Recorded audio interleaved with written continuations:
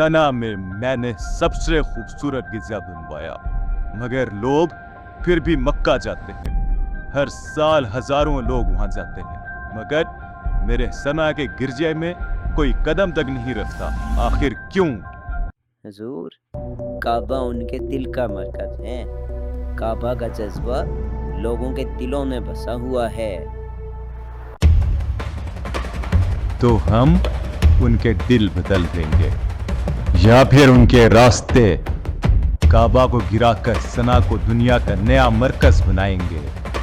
क्या आप मक्का पर चढ़ाई करेंगे? मैं सिर्फ चढ़ाई नहीं करूंगा, मैं उनके रब के घर को जमीन बोस कर दूंगा। और अगर उनके खुदा का अज़ाब हुआ तो? अज़ाब? हाँ, देखना मेरी हाकी वाली फौज से वहां कुछ नहीं बचेगा। तुमने सुना है ये हाथी कैसे लोगों को कुचल कर गुजर जाते हैं? कहते हैं कि इनका सरदार हाथी सिर्फ अब्राहा की बात मानता है। पहली दफा देख रहा हूँ इतना बड़ा हाथी और इतना खामोश। ये सिर्फ फौज नहीं है, ये है खुदा के घर को मिटाने वाला साज। ये हाथी बनेंगे काबा का कातिल। अब्राहा की बड़ी हाथियों वाली फौज ने मक्का की तरफ सफर शुरू किया, जिससे लोग बहुत दहशतज़दा हो गए। वो हाथियों का लश्कर लेकर आया है, कहता है कि काबा को गिराएगा। काबा? वो तो खुदा का घर है।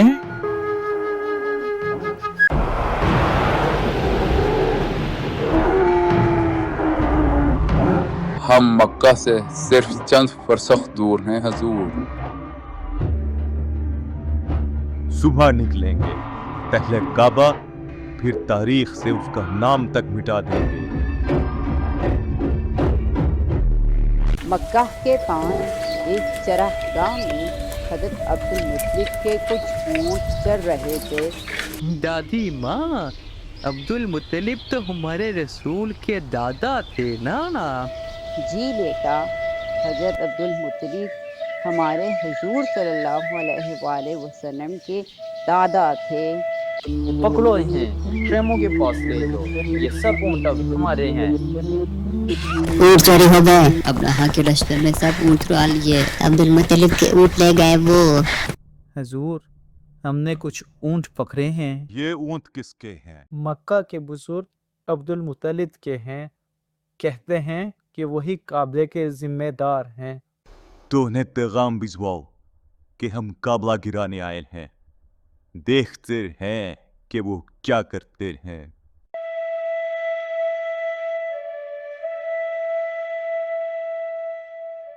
ये पैगाम है अब्राहा का आपके लिए। तो अब्राहा काबा को गिराने का इरादा रखता है, और ये क्या, मेरे ऊँट भी चुरा लिए उसने? तब मैं खुद मिलकर उससे बात करता हूँ। आप हैं अब्दुल मुत्तलिब, मक्का के रुकने आला?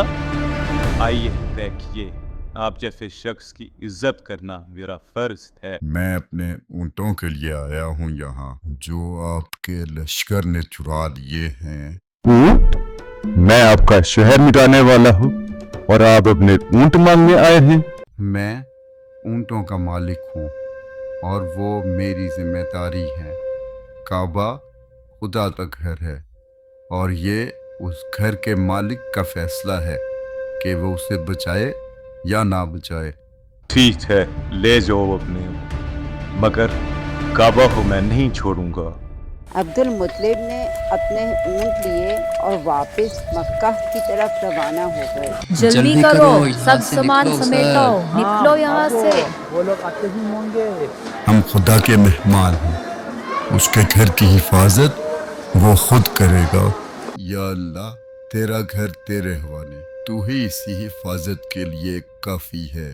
दादी माँ, क्या अब्दुल मुत्तलिब ने सच में कुछ नहीं किया? उन्होंने अल्लाह पर पूरा भरोसा किया और यही सबसे बड़ी ताकत थी। दादी माँ, फिर क्या हुआ?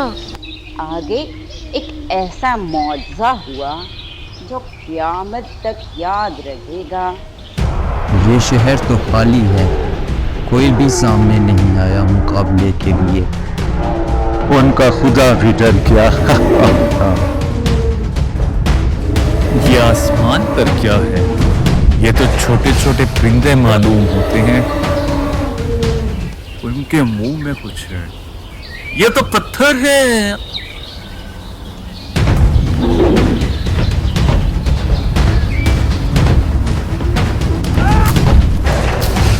ये कैसे पत्थर है?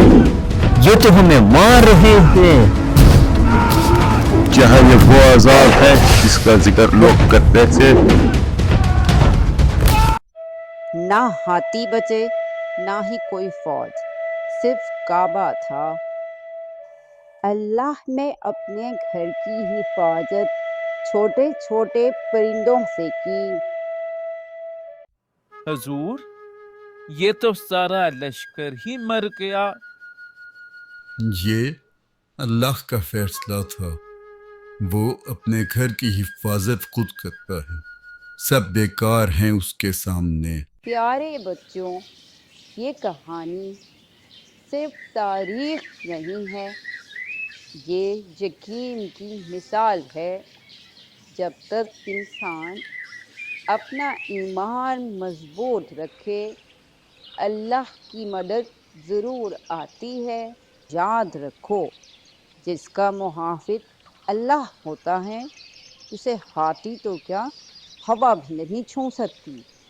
और जब बंदा अल्लाह से जुड़ जाता है, दुनिया की सबसे बड़ी फौज भी उसका कुछ नहीं बिगाड़ सकती।